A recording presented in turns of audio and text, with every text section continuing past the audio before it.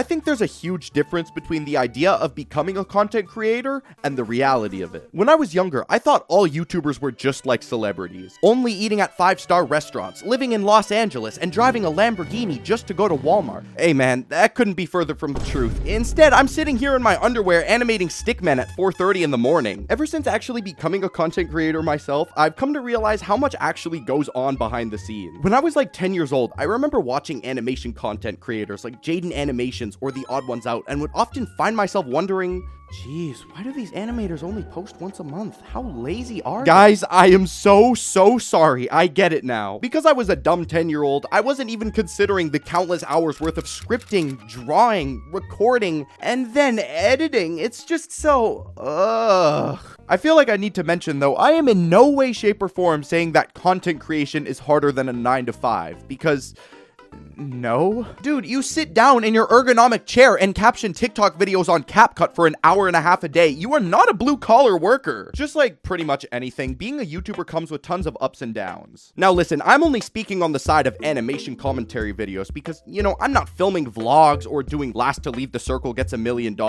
Nah, I'm solely talking on the animation side of things. I am in no way, shape, or form cut out to be giving away Tokemon wrapped Teslas or doing last to leave videos. I promise, the winner's gonna be getting $10 and a Burger King coupon. The reason that I started thinking about all of this is because as of right now, the Tokemon YouTube channel has officially turned 3 years old. That's right, on October 1st, 2022, I decided to go on this very website, youtube.com, and create my own channel. And then about 45 minutes later, I posted my very first video. Okay, now I just want to say, I am not the biggest Okay, that's enough. Let's just... That's better. Allow me to set the scene. I'm 17 years old, fresh out of high school. I graduated about a month ago, and I had absolutely no idea what I wanted to do with my life. I'm working at Marshall's, which is fine, but I didn't want that to become what I did for eternity till I withered away. One day, I'm on YouTube, and I noticed a specific kind of content was blowing up. Stickman YouTubers. Out of nowhere, there seemed to be a wave of storytime Stickman YouTubers. Just as you would notice one of these Stickman creators, another 30 would pop out of nowhere. I remember like a week after noticing this, I texted my girlfriend something along the lines of, this could be my chance. I could actually do something with this. To which she fully supported. So on the morning of October 1st, one day after my 18th birthday, I made this very channel, Tokemon. Almost immediately after making the channel, I started drawing visuals for my very first video on the Snapchat drawing feature. I hated drawing with my mouse on MS Paint because who doesn't? Every single visual that you see in my very first video was drawn with Snapchat on my iPhone. Doing every single visual took me about 30-40 minutes, and then I decided to record a story time with a pair of Apple earbuds and my phone. I emailed myself every single drawing, saved it to my computer, and then put it together in some garbage Microsoft Movie Maker software and posted it that exact same day. Absolutely nothing happened with my video, and I kind of just assumed that at this point it was over. But then all of a sudden, one morning, I woke up and saw on my phone that I had gained 100 views. And from there, it just kept on going up and up and up. I didn't even eat breakfast that morning. I remember I just made a new video and immediately posted again. And then that video was a success, and it just kept going. It was so surreal being able to say that a video that I made was getting over 100 views. Man, even getting viewers that weren't just myself and my friends was incredible. Over the course of the next few weeks, there weren't as many of these YouTubers who were blowing up, and there were only a few that remained. And somehow, out of hundreds of these Stickman YouTubers, I was one of the last creators who just didn't fizzle out and lose all relevancy. Now, although this type of content wasn't exactly what I had in mind, I wasn't really complaining because I finally was doing YouTube to some sort of success. Now, real quick, let me come out and say it. Yes, these videos, at least on my end, were extremely low effort and not good. The visuals were bad, the audio was just terrible, and worst of all, the stories were so boring. They were so unentertaining, and they all went exactly the same every single time. Every single one of my videos at the time went something like, Okay, so this one time I was with my friend and bro, we didn't even know what was going on, so we ate chips, watched Family Guy, and went to bed.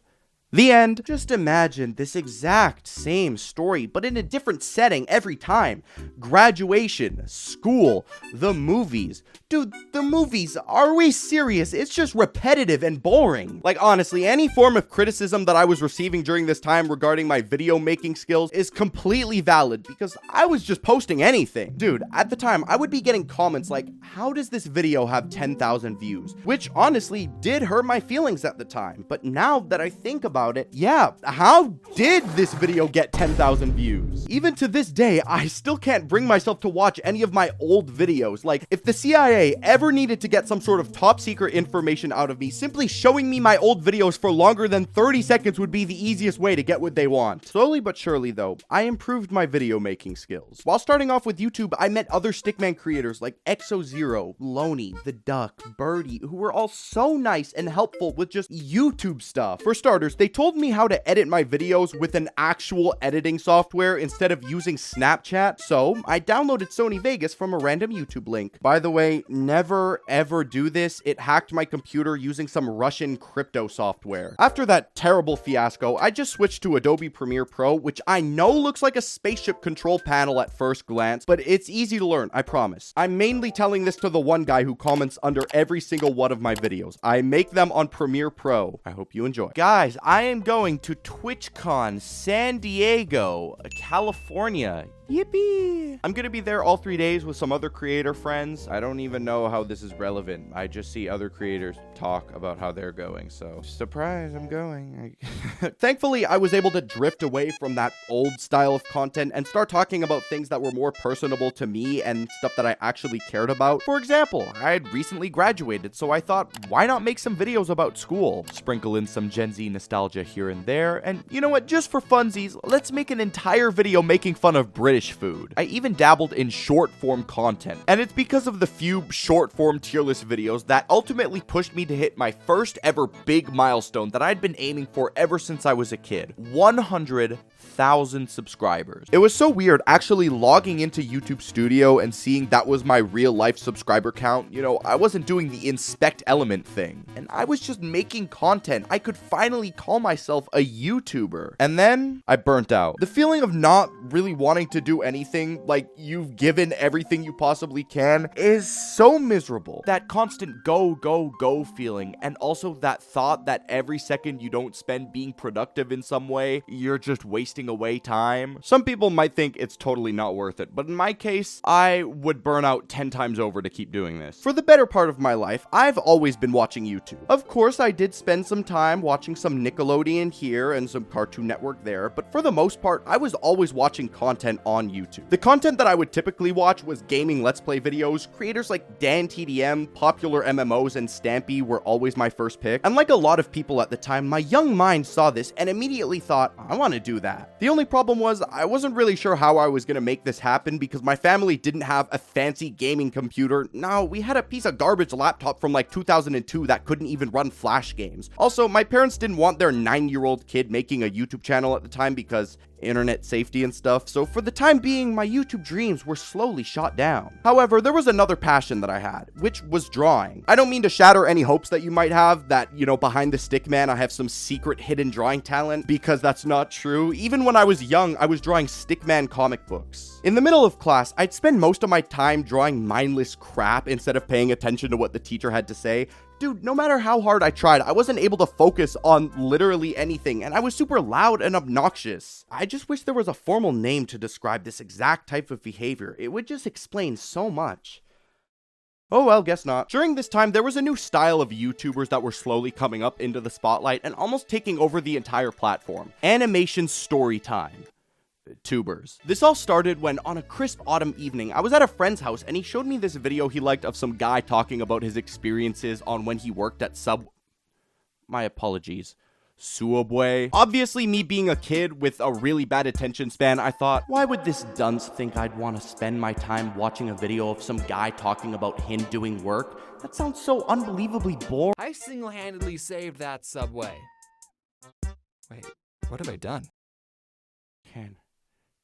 Can we watch it again? Dude, we've watched it 8 times already. Can't we just watch something?